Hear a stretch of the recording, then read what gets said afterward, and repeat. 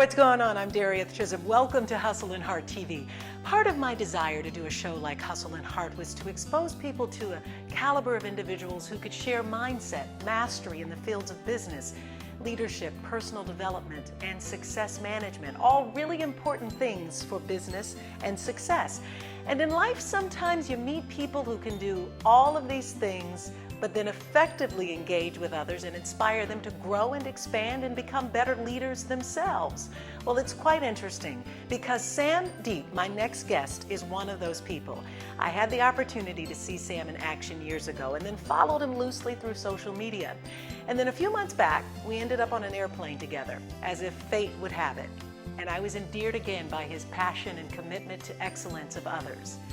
I knew then that our paths would cross in the future and then here today. And so now I'm featuring him as one of my guests on Hustle and Heart TV. You're watching Hustle and Heart TV, a video podcast show that spotlights expert advice from top money earners, successful entrepreneurs, superstar network marketers, and leading authorities in business and marketing.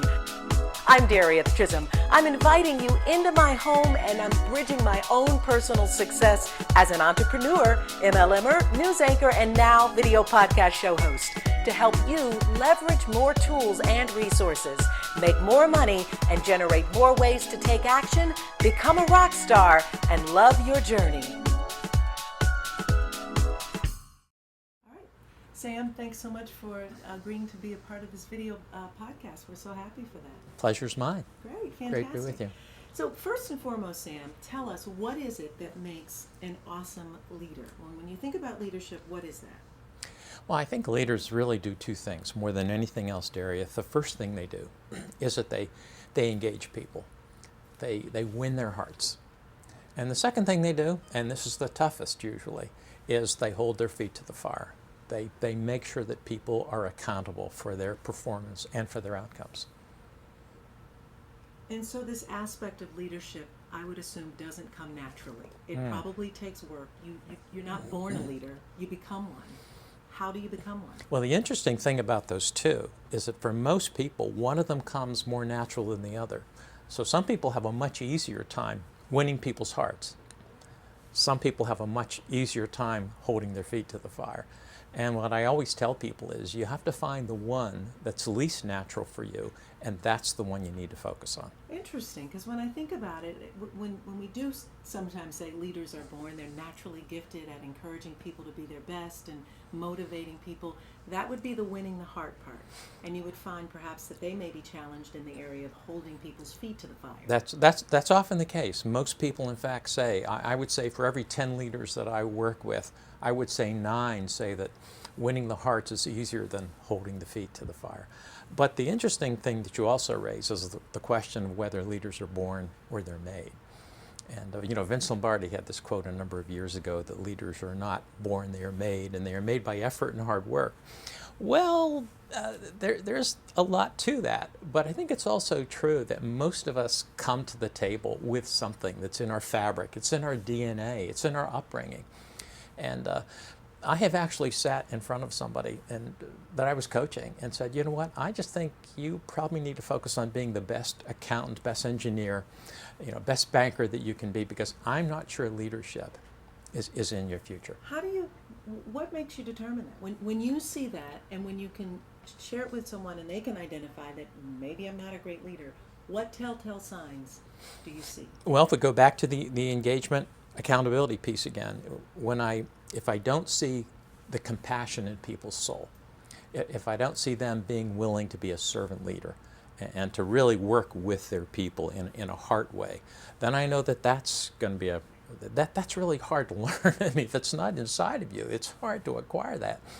But then on the other side, if I don't see the courage and the willingness or the belief that you shouldn't have to hold people accountable, you should hire good people and they should just do good work, then I also know that there's potentially a real problem there. And when you talk about servant leadership, that term is obviously used quite often these days because the value of understanding what it means to be a servant leader is, I think, now more appreciated than ever Absolutely. before. But when you think about how it was coined and the message that it sends to people, what is it, and how does one become a servant leader? Right. Well, speaking of how it's coined, of course, it was Jesus of Nazareth who first said, if you want to be first, you got to put yourself last. If you want to be chief, you got to be slave of all. And so what is it? What does it really amount to? Well, as I said before, it amounts really more than anything else to putting yourself in second place and putting your people in first place. So what that says is that you're going to really focus on listening to them. You're going to go out of your way to show your appreciation for them. You're going to see yourself as their champion. You're going to see yourself as the person who goes to bat for them, that defends them, that brings the resources to them that they need to do their work. And the other thing that so many leaders find out for the first time when they study servant leadership is you need to ask them what they need from you. So, Darieth, I'm your leader.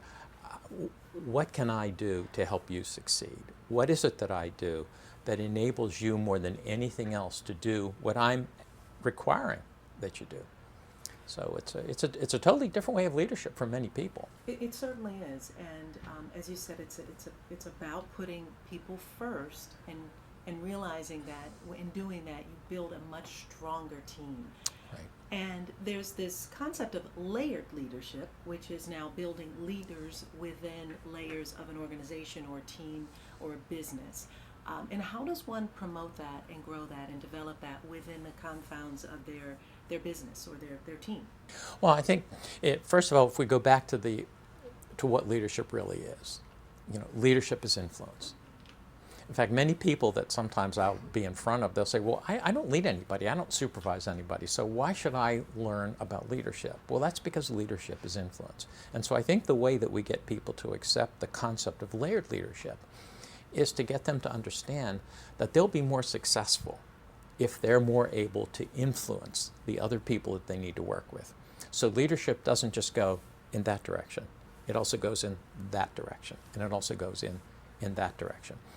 And so really what I'm doing when we teach the Leadership Academy, more than anything else, we're teaching people how to do a better job of influencing. And I think that's what takes in the concept of layered leadership. And how do you do a better job of influence? Oh boy, now we're in, the Sam Deep Leadership Academy has 21 workshops. and so, yeah, it goes back to what I said before about, you've got to win their hearts and hold them accountable. But I think more than anything else, if you think about going back to the servant leadership piece for a minute, one of the main reasons to be a servant leader is to get other people to say, boy, I really want to follow her. That to me is the sign that you've really made it as a leader, when people say, I want to follow you. And so in the engagement part of the academy, we talk about servant leadership, we talk about listening, we talk about communicating, we talk about building a positive culture where we have good core values in our culture, team building. What does it take to pull a team together and get them to want to serve each other, which is the key. Not too many people come into a company and say, who do I serve? It's like, well, how do I show you that I'm a great accountant, or how do I show you that I'm a great engineer? And so, yeah, the way we do it is to, as I said before, win people's hearts. It's an interesting concept when you talk about teams serving one another and people who have to coexist within a team or an organization. And really, when everyone's striving to be their very best and reach the top or become a leader themselves, so much of that still has to do with the relationship that you have with your other team members. So how do you foster a great culture or environment to persuade really team support? Absolutely. And there are two team issues. One is inside the team, and then the other one, as you talked about before, is team on team. Right. So let's sort of unpack those two separately. First of all, the getting people to work inside a team. One of the first things you've got to do, Darieth, is remove sources of competition.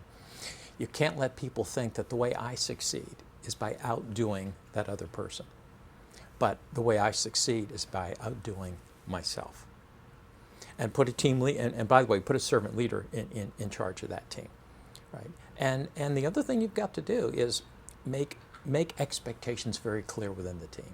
You know, one of the exercises we do in the Leadership Academy is to create a team charter.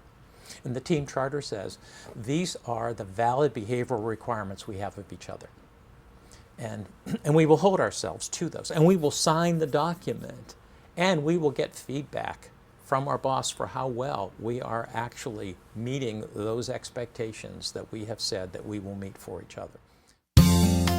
All right, when we come back, Sam opens up about setting expectations and priorities and then awarding team leaders and setting the pace. That's up next. Bad things happen to good people. Accidents, serious injuries, or even death. When they do, families call Frank Walker Law, where we fight to get you the compensation you deserve.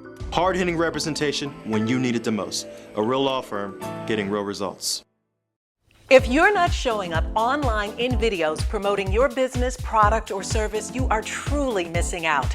I'm Darieth Chisolm, and I'm here to tell you video marketing is huge. YouTube is one of the largest search engines, and people turn up there by the seconds looking for how-to videos, advice, products, and services. And there are so many ways to make money with online videos. Video podcast, online video courses and products, a YouTube channel, video blogs, live events, webinars, telesummits, Google Hangouts, and more. Not to mention you increase brand awareness, build authority, and increase loyalty. I know, but right now you're probably thinking, there's no way I can show up online making videos and marketing them. Yes, you can, and I'm here to help. Sign up for my newsletter and get instant access to tools, resources, advice, and information. Plus, you'll get my free checklist and 5 things to do before you hit the record button. And you can get all of this information and more at my website at howtomakemoneywithvideos.com. So let's pick up when you go into a corporate setting and you ask how's the relationship going between teams. Right, and so I'll typically be in front of a leadership academy of, say, 12 to 15 emerging leaders in the company, and they all represent different functions. And I'll ask, how well do you serve each other? On a scale from 0 to 10, what number would you give to how well you support each other's success? And you won't believe what the average number is. What is it? It ranges between a 4 and a 6. Think about that. You know, we have these companies that are only going to succeed if people work together, and they're not working together. And why are they not working together? One of the big reasons is they really don't know each other's expectations. And they so often feel, well, those guys don't have the same priorities we do. They don't have the same goals that we do. And so what's the problem? What's the flaw? The flaw is in leadership. Because what that says is, we often have leaders who say to people, you will serve our customers, you will take care of our external customers, they pay our salaries. That's true. But what I have rarely heard a CEO or even a division head say is, you will take care of each other. You will support each other, or you will pay the price. It's not done. And so the real absence is in the leaders at the top who accept. They decry the siloing behavior. They say, that's terrible. Why can't we work together? But they don't hold people accountable to it. And so I would assume too, when you're in a situation like that the teams really are working in different directions because maybe they have sub-missions. And so what happens when a company says, this is our grand mission, but you've got people within the company, the structure, the organization, the team that really are just solely focused on that one key mission that they should be doing. Well, and that's true. Yeah, but here's the point.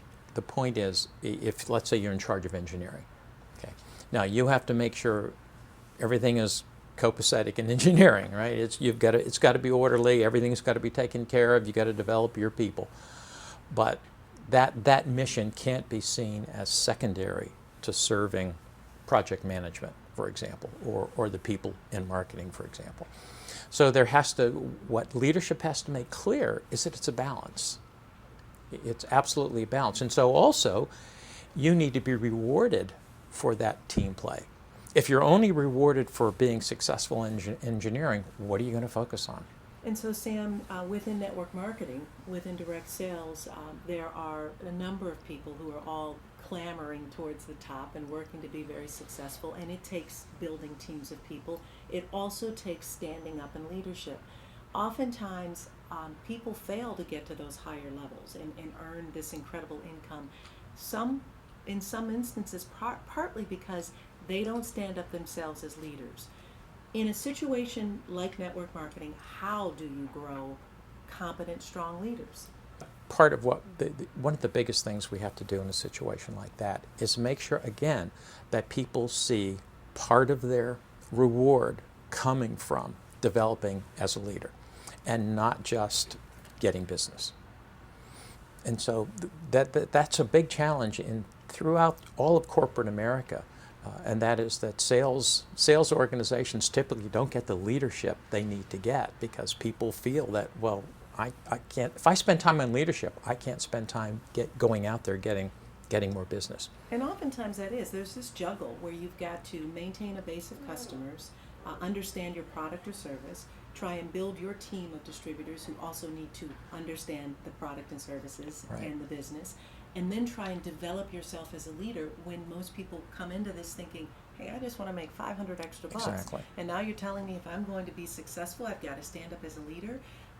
The challenge that goes through, I think, most people's minds is they don't see themselves as that, and so therefore they don't get there. And yet we know that success in this industry is totally about becoming a leader and building an awesome team. Right. And people often then don't see, well, how's that going to help my career?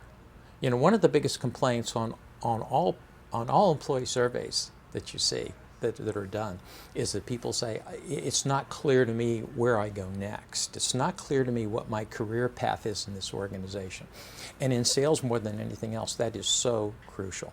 But let's talk about goal setting, since we're talking about being clear and success mindset. When a person ventures out into whatever it is that they're doing, they should probably map out some goals. Sometimes setting goals can be challenging because we have this fear that we'll never meet them. How do you set goals that people can work towards and have accountability towards reaching? Sure. Well, the first thing is that we've got to make sure they're goals. Too often, people don't set goals. What they do is set actions. So, for example, let's say I'm in sales. One of my goals might be to call in 10 new customers this year. That's not a goal. That's an action. What's the goal? Why am I calling on 10 new customers this year? So the first thing we have to do when we set goals is we've got to make sure that they are truly goals and not simply actions. And then to make sure they're met, you know, your other question is that once goals are set, people go like this and say, got my goals set for the year. Now I'm safe for another year and I don't have to set my goals again. Goals typically don't get the credit they deserve for really being able to advance the organization. Once the goals are set, then of course, and the goals should be set mutually. So it's not that, like, if I work for you, I just shouldn't set my goals and give them to you. We should sit down together and work on those together. But then once they're set, once they're truly goals, not just actions, then we have to have a commitment to sitting down at least quarterly and reviewing the goals, because sometimes the goals become not appropriate anymore. The world changes. And I mean, it used to be that when we did strategic planning, I can remember years ago when I did strategic planning, they were 5 and 10-year plans. You don't hear of that anymore. It's lucky that a 1-year strategic plan will hold. So those goals that we establish, we need to sit down quarterly and review them. And then here's really the key. I have to know that at the end of the year, there are going to be consequences for either having met or not met my goals. You know, positive consequences in the terms of, you know, something that's good for me, but then negative consequences in terms of, you know, there's going to be some pain if I don't achieve my goals. Yeah, I guess there is going to be some pain. Tell me about it. I could share with you lots of pain and angst over challenges that I've faced in the past. Worse, have you ever really felt the pain of not meeting a goal, and maybe you just haven't been focused and you just decide, that's it, I'm going to give up? No, you dust yourself off and you keep going. Well, on the other side of the break, Sam explains the clear difference between setting goals and setting action steps. You're going to want to grab a pen and write this down. It's pretty impressive. And I'd love to hear from you. If you are enjoying this show, do us a huge favor. Go ahead and download it on iTunes and Stitcher Radio. Be sure to write a great review. We would appreciate it. And if you care to, give us 5 stars. We want to make sure that we keep giving you content that's making a difference for you. We'll see you on the other side of the break. Every day, Fast Signs helps businesses with their visual communications. We ask the right questions, which makes your facility safe and more efficient. We recommend smart solutions, and people get where they're going. We bring new ideas and help you build your business. Fast Signs offers more than signs and graphics. We're innovators, planners, and designers, and we're more than ready to help. For more information or to request a consultation, visit fastsigns.com. I like this idea of being clear about when you're setting goals, not setting action steps, but setting goals. Tell us one more time the difference between that, and give us an example of what that is, because I think that's most of us do set action steps, and I like that you're really determining there's a difference there. Sure. Well, going back to the example I gave, which I said the action, the one that wasn't a goal but was an action, was calling on 10 new customers this year. Well, the goal might be to increase business by 27%. Okay, so I need to be focused on that as the goal, not on, although we have determined that those calling on those 10 customers might well be the action, although maybe it isn't, and we'll come back to that in a minute. But if I see that my true goal is to increase business by 27%, then along the way I might say, maybe instead of calling on this customer, I'm going to take advantage of this new thing that I just learned that might help increase business. So if you stay focused on the goal and not on the actions, you'll just continue to do the actions, come to the end of the year, and the goal won't be met. Let's talk a little bit about fear and busting past fear. Oftentimes fear holds people back. Oh, yeah. I mean, for a variety of different reasons, for a variety of different goals. How do you banish fear? It's the worst 4-letter word in the vocabulary. And when in goal setting, I think here's how you do it. You know, if when I ask people this question, I said, once you set a goal, what's the next step? And I say, by the way, I want you to give me the wrong answer. Try to give me the right answer. I know it'll be the wrong answer. After you set a goal, what's the next step? People will say, well, create an action plan. Wrong answer. One of the ways to make sure the goal is met, but also to reduce the fear, is once you set a goal, the next step, especially if it's an ambitious goal. I mean, if it's a no-brainer and it's just going to happen, well, you don't need to do this. But we rarely set those kind of goals. No, after you set a goal, the next thing you do is to create a force field. And the force field is, okay, here's my goal. Here's what we want to increase business by 27%. What are the forces that are acting in our favor right now? What are the positive things going on in our environment that we can leverage to help gain that 27%? But here's the more critical part of the force field. What are the barriers that are standing in our way of making that 27%? And once you see those barriers and you articulate, and you get a group together, by the way, you get a group together and you brainstorm the barriers. And Darieth, you won't believe this. I once did this with a group and there were 54 barriers that they came up with. Not to this particular question, but to what they were working on. It's more usually in the range of 20 to 30 barriers. Well, what you do is then you look at those barriers and you say, well, what are you going to do about 30 barriers? Nothing, that's too many. Right, prioritize them. So find the 3, 4, at most 5 or 6 that you would say, these are the ones that are most going to keep us from achieving our 20% growth. Identify them, and then you create actions to address each of those priority barriers. And that so much helps take the fear out of it, because you can now see, you can now understand what's going on, and you now feel empowered to do something very specific on those 3 to 6 barriers. And it makes you more likely to achieve the goal, and as you said, it takes the guesswork out of it, takes the fear out of it, and it's amazing how effective that process works. Why do this? I mean, and we're going to get in and talk about the Leadership Academy in a moment. But where did this come from for you? Where did what come from? I'm sorry. What this path that you've taken in terms of developing leaders and the Leadership Academy on a personal level?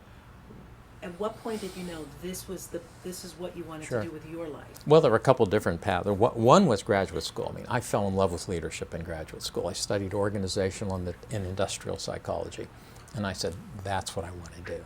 So way back then, and then in my consulting, first of all, it helped to get fired from a job. You know, that often is one of the best things that happens to all of us. And then when that happened, then I really got serious about applying my leadership into consulting situations and helping people become better leaders. And then 2008 happened. I think we all remember 2008, when especially those of us in the consulting field saw our business go way down. And that's when I got an aha experience from a friend of mine. And he said, Sam, I want you to go home and I want you to buy the URL asksamdeep.com, and I want you to start publishing a weekly leadership blog. And so I did. And I did that for about 2.5 years, and then I started to repeat myself. And then I said, what am I going to do with all this content? There's, a couple 100,000 words on my website about leadership. What am I going to do about it? And then the second aha experience, create a leadership academy. And so I took all those blogs and put it all together. And then I did a couple leadership academies for a few companies. And then I'm thinking, you know what? This thing is bigger than me. So have you ever had that feeling that something that you're working on is so much bigger than you? Like it's time to just take this thing to a whole nother level, but you're just not sure how you're going to do it or even where you're going to get the money or the time or the energy to get it all done. I understand sometimes that's big stuff. So you ever heard of that show, The Shark Tank? Well, Sam needed a shark. That part of the interview coming up next. Hi, I'm Jan, rappreneur extraordinaire. What does that mean? It means days filled with friendships, a job that's all about fun, and a life of freedom. But it wasn't always this way. Not long ago, I was a stressed out working mom with a boring job just trying to make ends meet, when I saw this amazing picture on Facebook. It said if I had just $25 and 45 minutes, this crazy wrap thing could tighten, tone, and firm my skin. I thought, no way, those results are unbelievable. So I had to try it. I went to a wrap party, and in just 45 minutes, I was experiencing those unbelievable results for myself. I found out I could join the party with my own website, have my own parties, and make some fast cash by having fun with my friends. I shared it with my Facebook friends and they all wanted to try it. I just followed the company's simple 3 steps to success, and before I knew it, I was earning free wraps and cash, and having a blast doing it. Best of all, the checks kept getting bigger and bigger every month. I was able to pay off my credit cards and student loans with this crazy wrap thing. Now I've quit my job. I'm able to spend more time with my kids, and my family is living debt-free. I've got the life I've always dreamed of, and you can have it too. To start redreaming your life, join the party today. It's simple. Try it. You'll like it. It works. Have you tried that crazy wrap thing? Get details at simplesuccessfromhome.com or call 412-692-1600. All right, so you tell this story about the Shark Tank, which I think is pretty interesting. I'd love to know about that, because that really helped you to evolve into this next place, right? It really did. Yeah. It did. Yeah, that's always been one of my favorite shows on television. You learn so much about business watching it. And one day I was watching it, and my grandson came up to me and said, they call me Pope. He said, Pope, why don't you go on Shark Tank? Because he knew that I had been talking to him about the Leadership Academy and wanting to take it to the next level and have it exist beyond me. And I said, wow, from a 14-year-old. And so I actually went on the website, and I looked at the website, and then I thought, well, wait a minute, no, those the people on Shark Tank really don't want to buy intellectual property. They want something, they want the next great in-basket or something like that. But then I said, but you know what, that's a great idea. And so I said, I need to find a shark. I need to find somebody who has the ability, the wherewithal, the finances to be able to shoot all the videos and do all of the work and put everything online and everything that needs to be done to really create something that can serve so many more people than I can serve standing in front of 12. And a friend introduced me to Paul Brierly. And Paul is the CEO of JP Enterprises. It's one of the largest marketing and advertising firms in Pittsburgh. And that's where it began. And so, wow, since then, what have we done? Oh my goodness, I've shot 70 videos. We originally thought we'd have a paper and pencil workbook. That workbook is now totally online. Everything is online. The videos are online. The 360 is online. And we're now certifying other instructors to be able to teach the academy. And we're going to be marketing the videos because a lot of companies can't afford to create a leadership academy. They don't have the resources or have the money to do it. And so some companies will want to buy the videos that we've shot. Every workshop is a full-length video right now. So we're really thrilled and excited about the possibilities. It's been a lot of work, but boy, it's really been worth it. And it has to be really, give you a warm feeling inside when you think about this. You took it from a blog from a couple of years ago, figured I better take all this material because there's so much valuable content and share it with the world, and now have it be this incredible leadership academy with this relationship with Paul and the direction that you're going really came from that thought of just saying, I'm going to get out there and share what I know about leadership. Exactly. And the other thing that it reminds me of, we were talking about, function on function before. I mean, Paul brings something that I don't nearly have, and it's not just the resources. It's the ability, and he's got so many talented people in his company who can do things that I couldn't dream of doing. So I bring the content. Paul brings the delivery system, and it takes something like that to come together because no one person, can have both of those abilities. So, yeah, as much as it's a thrill. How crazy it is to wear 10 different hats. And to know that now I can start to function, now that I can start to focus on working with our instructors and developing some new material, but not necessarily any longer being able to take the time to be in front of 12 emerging leaders teaching a leadership academy, but that's why we're developing other people to do that. Yeah, definitely. So just tell me a little bit more about how the Leadership Academy functions and runs. I mean, I love the website. I love the material that's in it. Sure. It's been great to tell us a little more about it. Sure. Well, it depends on the nature of the company. Some companies will want to do what we call the classic model, which is they'll give us, say, 12 to 15 of their best and brightest. They're young emerging leaders typically in their 30s and 40s, who they want to develop and move ahead to the next level. Also, the other thing that happens, and by the way, that's a 13-month program. And the other thing that happens is that group of 12 to 15 generates what we call a breakthrough goal that causes an incredible transformation in the company. For example, one of our clients right now is engaged in a breakthrough goal that's going to reduce their warranty costs from 5% to 2% of sales. It's going to save them over a 10-year period about $24 million. And that's because this group that originally said they were a 4 on a scale of 10, remember, on how they worked together, by the time they got to the end of the academy said they were an 8. And they came together and created this wonderful breakthrough goal. And that's what our clients are doing to take things to the next level. So that's a company that can afford to have enough leaders to put that kind of thing together. Some companies will be smaller.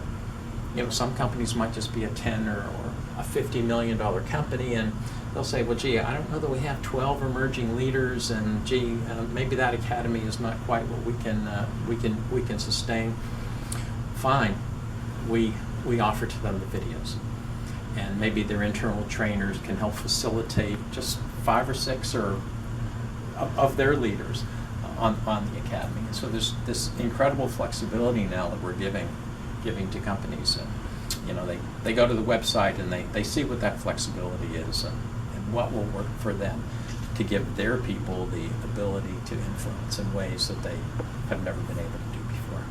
That's awesome. That's great. Well, I love the academy, and I love what you've put together. And I love your mission in developing more leaders. And it's as much heart and hustle that it takes to make that happen. It's great to see that you're doing it. So it's really making a difference in the companies too. In fact, we've got a number of really great endorsements on the website of people that have been through it, and it makes us feel so good to see that that the Academy is having that kind of impact on people. It is such a thrill to watch somebody go after their dreams, to really become the leader that they're working on, and then to be the go-getter and the go-giver, constantly giving back to others. Sam, thanks so much for sharing your words with us and encouraging us to grow. You have been tremendous. And if you want more information about Sam, his resources, maybe you want to click out to his website and get some details about his academy, you can visit his website along with his other links at our website at hustleandhearttv.com. Look for Sam Deep's name, grab the show notes, and continue to enjoy it. We've got more, though, straight ahead. Hello, my name is Sam Deep. The content of the Sam Deep Leadership Academy has helped major corporations develop emerging leaders from their staff of high potential employees for many years. So why would you be interested? Because the Academy will convince your internal departments to stop competing and start collaborating. It will create dramatic improvement in the quality of the service given to your customers. And it will equip you to find new ways to grow your bottom line. Your managers will find more time to focus on strategic goals. They'll more fully engage their followers and hold them strictly accountable for results. Your employees will gain something too, the leaders that they deserve, and a rebirthed and more positive company culture that will unleash their productivity. More information appears here at developingyourleaders.com. So don't wait. Take advantage now of this opportunity to create better leaders for a brighter future. Hi, my name is Colin Stover. I'm a magician and mentalist, and I deliver happiness to people through a unique and unforgettable entertainment experience. Catch me on the next episode of Hustle and Heart TV.